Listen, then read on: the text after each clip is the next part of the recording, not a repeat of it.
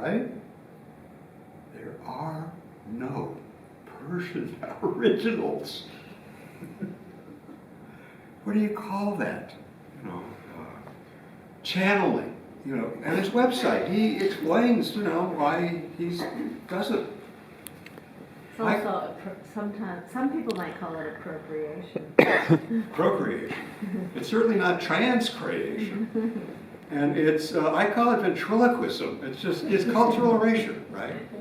And Omid Safi sounded the alarm about this in Al Jazeera, but I'm dwelling on this because it reflects my own conviction that cultural erasure is no less an important issue extensively at greater orders of scale.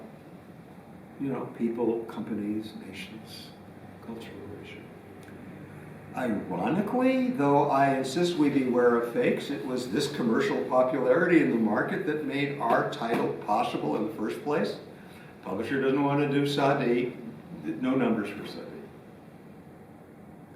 The takeaway I want to leave you here is as to translation as something that I hope you consider in your own career as scholars, whether for excerpts or entire books that you translate, whether alone or in collaboration.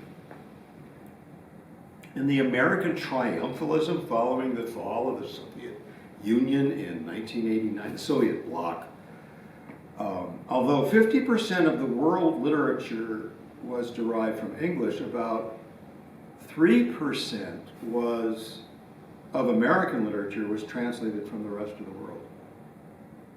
Right? It's not the same as Saudi Arabia.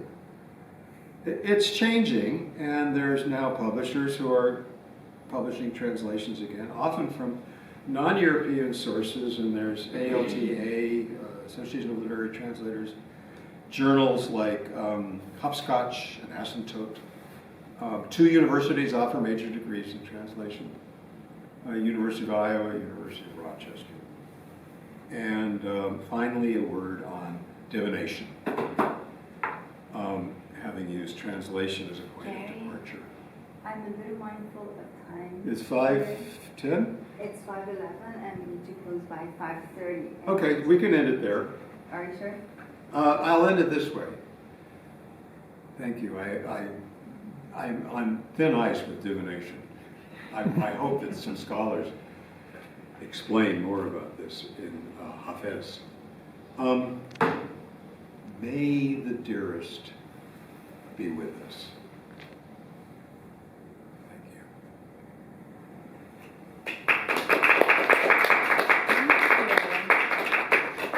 Thank you for this engaging and thought-provoking talk. And it's not the end. I would like to continue this.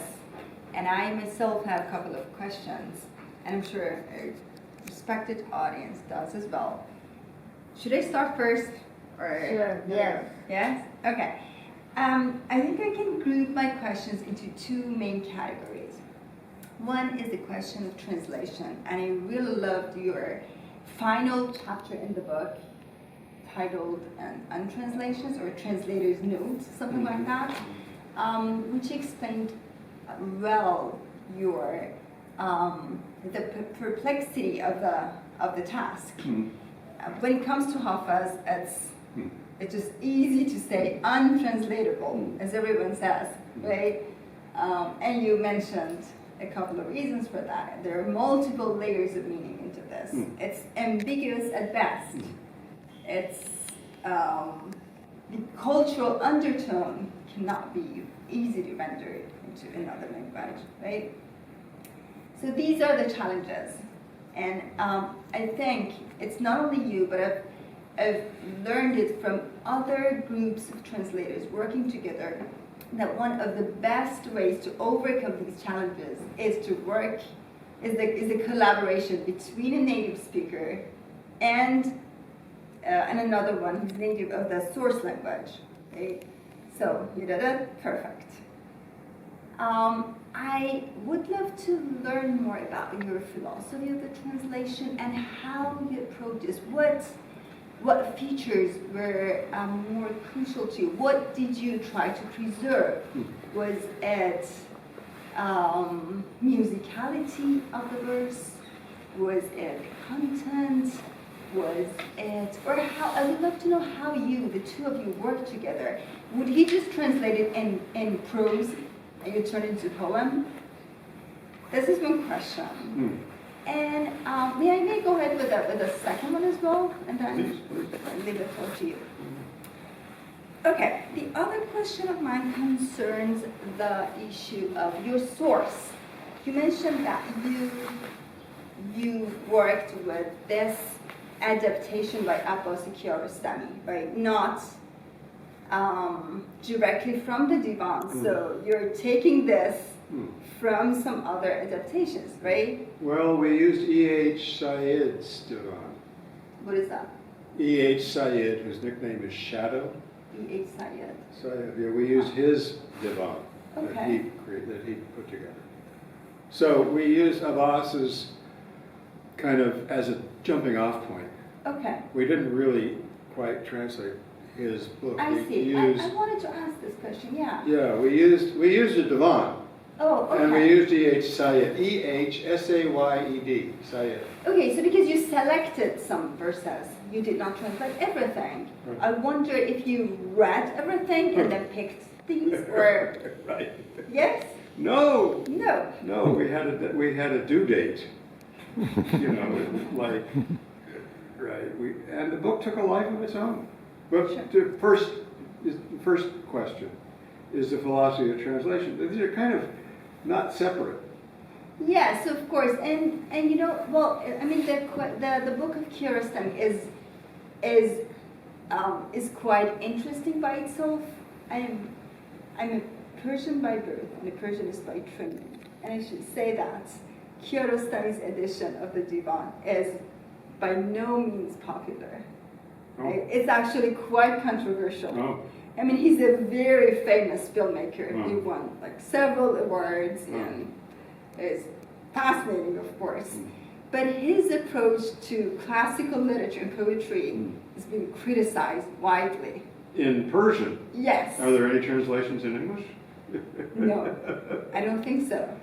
I don't think so. I And welcome criticism. It's quite modern. I mean, he starts his book with this quote by Mallarmé, right? They're just, Does it? I think so. I think so. He said that, what is it? Il faut être absolument moderne. Oh, Rimbaud. Rimbaud, I'm sorry. Rimbaud, il yes. faut être You're right, absolument yeah. moderne. And it's a very modern selection of Hafez's Divan. He like selects one bait or one hemistish and frame it in one page. The placement is actually similar to yours, though yours is different.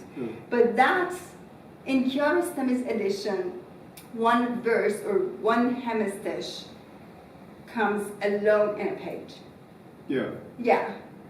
But you have a combination of selection, right? Mm-hmm. And it's by itself create another tone, right? And then as you read it, you kind of, I think the audience would flow. I really like the aesthetics of the pages. It's really modern. It's really modern and it flows very well. But at the same time, it's, I mean, for me, it's a very different experience. Yeah, probably alarming and difficult.